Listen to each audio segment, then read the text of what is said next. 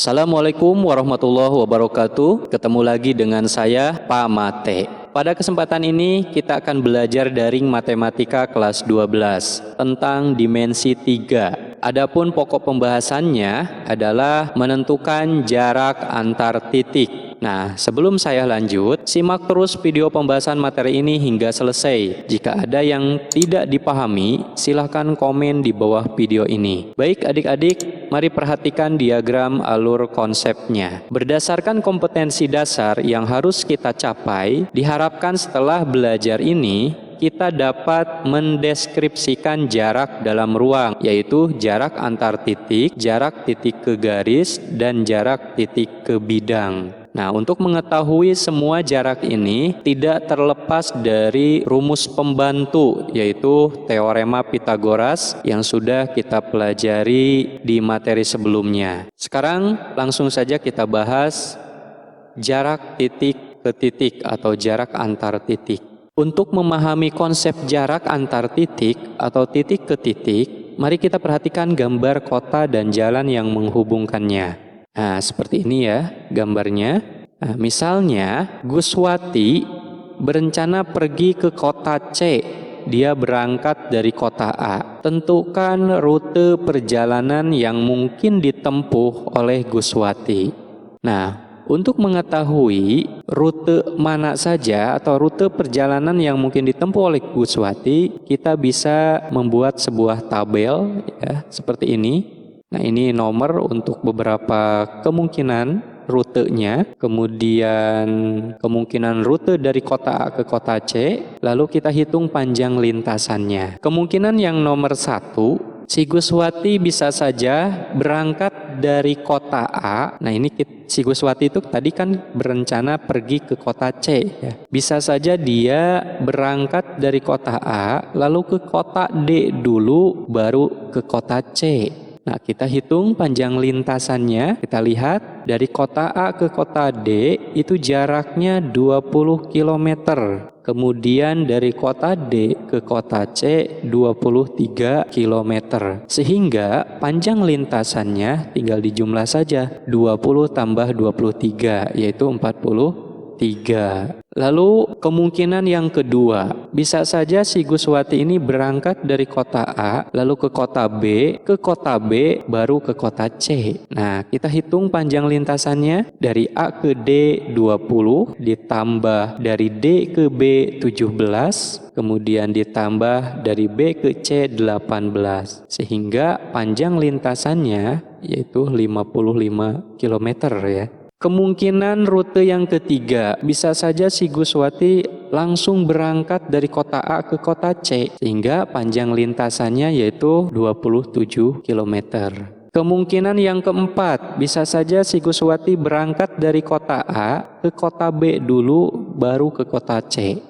Dari kota A ke kota B panjang lintasannya 16, kemudian dari B ke C 18, sehingga panjang lintasannya yaitu 34. Kemungkinan rute yang terakhir, si Guswati bisa saja berangkat dari kota A ke kota B dulu, terus ke kota D, baru ke kota C. Kita hitung panjang lintasannya dari kota A ke kota B 16, kemudian dari B ke D 17, dari D ke C 23. Kita jumlahkan menjadi 56.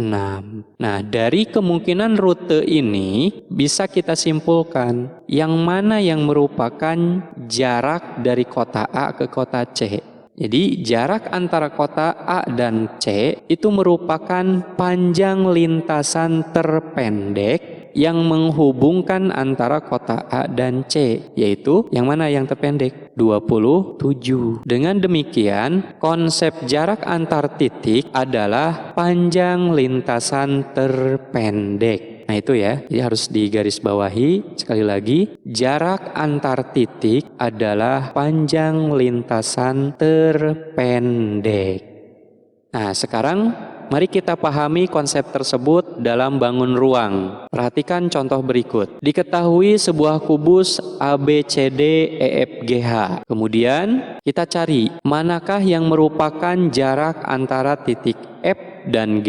Kemudian yang kedua, manakah yang merupakan jarak antara titik B dan D. Oke, perhatikan ya. Kira-kira menurut kalian, manakah yang merupakan jarak antara titik F dan G? Ingat tadi konsepnya, yang namanya jarak antar titik itu adalah panjang lintasan terpendek. Jadi tinggal ditarik aja ya, atau digabung dari kedua titik tersebut membentuk sebuah garis lurus. Sehingga jawabannya adalah panjang ruas garis FG. Karena yang ditanyakan tadi, manakah yang merupakan jarak antara titik F dan G? Jawabannya panjang ruas garis FG. Berikutnya, manakah yang merupakan jarak antara titik B dan D? Titik B dan D. Pasti ya panjang ruas garis BD. Oke, contoh yang berikutnya. Diketahui sebuah balok KLMNOPQR. Manakah yang merupakan jarak antara titik P dan N? Ya tinggal ditarik aja sebuah garis lurus ya dari kedua titik tersebut. Sehingga jarak dari titik P dan N itu merupakan panjang diagonal ruang PN. Karena ini dalam bentuk bangun ruang, PN ini membentuk garis diagonal ruang ya. Berikutnya, manakah yang merupakan jarak antara titik Q dan L?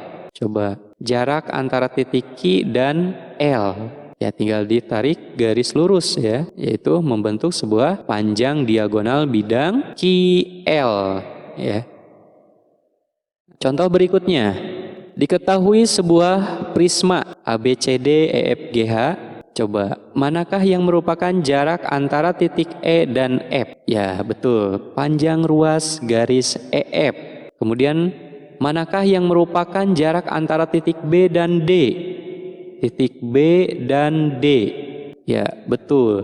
Panjang diagonal bidang BD.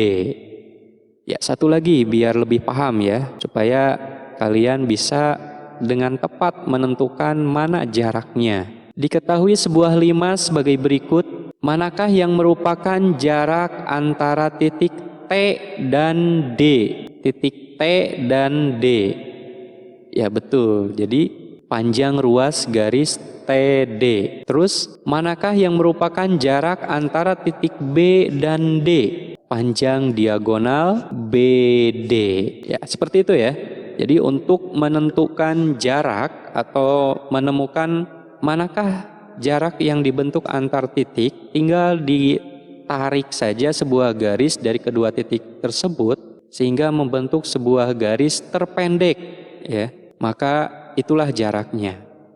Nah, selanjutnya untuk menghitung berapa panjangnya, kita gunakan teorema Pythagoras. Bagaimana teorema Pythagoras? Ya, perhatikan, saya ingatkan ya. Barangkali di antara adik-adik ada yang lupa, saya ingatkan. Misalkan saya punya sebuah segitiga ABC, ya seperti ini, ABC, garis AC saya namai B, kemudian garis CB saya namai A, garis AB saya namai C. Kenapa garis AC saya namai B? Karena dia berada di depan titik B. Begitupun CB saya namai A karena di depan titik A, dan AB saya namai C karena berada di depan titik C. Nah itu ya yang harus kita pahami, sehingga kalau bentuk gambar segitiga ini dibulak-balik dengan konsep yang tadi, pemahaman yang tadi, tetap namanya, pokoknya kalau di depan titik A maka garis tersebut namanya A. Garis yang berada di depan titik B berarti garis B, garis yang berada di depan titik C berarti garis C. Lalu berikutnya kita pahami juga ada garis atau sisi miring, yaitu sisi atau garis yang berada di depan siku-siku. Sekali lagi, garis atau sisi miring itu berada di depan siku-siku. Nah, biasanya garis ini merupakan garis terpanjang.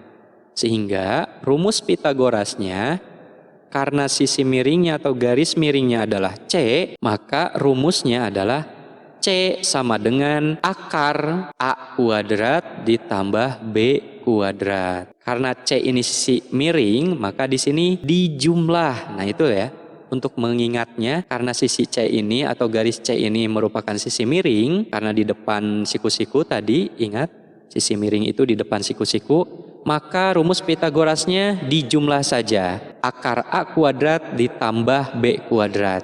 Nah, sebaliknya, sekarang kita cari sisi B. Karena sisi B ini bukan di depan siku-siku, begitupun dengan A, maka semuanya dikurangi, ya, konsepnya itu dikurangi. Kalau tadi kan ketika ditanya sisi miring atau sisi terpanjang itu dijumlah, kalau yang ditanyanya sisi terpendek dikurangi. Jadi gak usah dihafal rumus, cukup pahami konsepnya aja. Sehingga untuk mencari nilai B itu sama dengan akar C kuadrat dikurangi A kuadrat. Tentu kalau pengurangan ya yang terpanjang dulu dikurangi dengan yang terpendek. Begitupun untuk mencari nilai A, itu sama dengan akar C kuadrat dikurangi B kuadrat. Nah, begitu ya untuk memahami konsep Pitagoras. Jadi kalian gak usah menghafal rumus. Nanti kalau dihafal ya setiap bentuk bangun ruang yang dibuat dalam soal itu kan berbeda-beda. Cukup pahami konsepnya aja seperti itu. Sekali lagi, kalau yang ditanyakan sisi terpanjang atau sisi miring, ingat tadi sisi miring atau sisi terpanjang itu cirinya apa? Di depan siku. Maka Pitagorasnya atau rumus Pitagorasnya dijumlah. Sementara sisi yang lain atau sisi terpendek itu dikurangi. Perhatikan contoh nomor 1. Diketahui limas beraturan TABC dengan bidang alas berbentuk segitiga sama sisi, di mana TA tegak lurus dengan bidang alas. Jika panjang AB 4 akar 2 cm dan TA 4 cm, tentukan jarak antara titik T dan C. Nah, untuk menyelesaikan soal ini, kita gambar dulu limas beraturan TABC, ya. TABC dengan segitiga, ABC-nya ini sama sisi, lalu TA-nya tegak lurus dengan bidang alas. Kemudian AB tadi 4 akar 2 cm, ya. TA-nya 4 cm. Karena ABC adalah sama sisi, maka AC sama dengan AB, ya. Pertanyaannya, tentukan jarak antara titik T dan C. Berarti garis apa? Garis TC. Nah, jaraknya itu adalah TC, ya. Bagaimana cara mencari panjang TC? Kita gunakan teorema Pitagoras. Ingat, teorema Pitagoras itu diambil dari sebuah segitiga siku-siku. Jadi caranya cari oleh kalian segitiga siku-siku yang memuat garis TC. Kira-kira yang mana segitiganya? TAC, memuat garis TC. Siku-sikunya di mana? Di A. Nah, ingat tadi konsep Pitagoras. Karena TC ini adalah sisi miring, karena di depan siku-siku, maka Pitagorasnya bagaimana tadi? Dijumlahkan, ya. Sehingga TC sama dengan akar AC kuadrat ditambah TA kuadrat. Jadi gak usah dihafal rumus ya. Kalau menghafal rumus kan beda lagi nih permasalahannya. Kalau tadi kan di konsep Pitagoras saya gambar ABC, C menggunakan rumus ABC. Nah, kalau di sini kan TAC, beda lagi. Tapi dengan konsep yang tadi, pokoknya yang tadi ya, sisi miring dijumlah, kemudian sisi terpendeknya dikurangi, itu mudah sekali. Sehingga TC ini kan sisi miring, tinggal dijumlahkan aja. AC kuadrat ditambah TA kuadrat. Lalu kita masukkan AC-nya adalah 4 akar 2 kuadratkan, ya. TA-nya 4, kita hitung 4 dikuadratkan ke 16, ya. Kemudian akar 2 dikuadratkan, akar 2 kali akar 2. Kita ingat konsep bentuk akar nih. Kalau ada akar A dikali akar A itu sama dengan A. Sehingga akar 2 kali akar 2 hasilnya adalah 2. 2 dikali 16, tadi 4 kuadrat ya 16, itu hasilnya 32. Ditambah 4 kuadrat 16. Lalu dijumlahkan akar 48. Nah, akar 48 ini bisa kita sederhanakan lagi dengan cara bagi oleh bilangan-bilangan yang memiliki nilai akar, yaitu 4, 9, 16, 25, 36, 49, 64, 81, 100 dan seterusnya ya. 48 kira-kira bisa dibagi oleh berapa? 4 bisa ya. Bagi 16 bisa juga. Nah, kalau bisa dibagi oleh dua bilangan seperti ini, ambil pembagi yang paling besar, yaitu 16. Hingga akar 48 itu sama saja dengan akar 16 dikali 3 ya. Jadi 16 kali 3. Akar 16 bisa kita keluarkan, yaitu 4. Akar 3-nya tetap. Jadi jarak antara titik T dan C adalah 4 akar 3 cm. Contoh yang nomor 2. Perhatikan limas segi 6 beraturan berikut. Diketahui panjang AB 10 cm dan TA 13 cm. Kemudian titik O merupakan titik tengah garis BE. Tentukan jarak antara titik T dan O. Kita buat garisnya ya. Titik O merupakan titik tengah garis BE. Nah, mana jaraknya yang dibentuk antara titik T dan O? Betul ya, TO pastinya. Nah, TO ini kita harus mencari segitiga siku-siku yang memuat garis TO. Kira-kira mana nih segitiganya? TOE, ya betul, TOE. Kita cari, sebenarnya ini segitiga siku-siku mana aja bebas lah ya. Cuman berdasarkan soal yang ada di sini, ya paling mudah lah kita lihat gambarnya yaitu TOE ya, TOE. Ingat tadi titik O merupakan titik tengah garis BE sehingga OE itu sama dengan AB yaitu 10 cm. Dan TE ini akan sama dengan TA ya. TE sama dengan TA yaitu 13 cm. Sehingga TO-nya, nah karena TO ini segitiganya adalah TOE dan bukan merupakan sisi miring, maka Pitagorasnya kita kurangi ya. Konsepnya gitu, kita kurangi. Sehingga TO sama dengan akar TE kuadrat kurangi OE kuadrat. Kita masukkan angkanya, TE-nya kita masukkan 13 ya, lalu kita kuadratkan, dikurangi OE, OE-nya 10, kuadratkan. Kita hitung 13 kuadrat sama dengan 169 ya, 10 kuadrat 100. 169 dikurangi 169. Jadi jarak antara titik T dan O adalah akar 69 cm. 69 bisa dibagi gak oleh bilangan-bilangan yang tadi? Gak bisa ya, berarti ini sudah sederhana. Contoh yang terakhir nomor 3. Perhatikan bangun berikut. Jika diketahui panjang AB 5 cm, AE sama dengan BC dan EF sama dengan 4 cm, maka tentukan yang A jarak antara titik A dan C, B jarak antara titik E dan C, C jarak antara titik A dan G.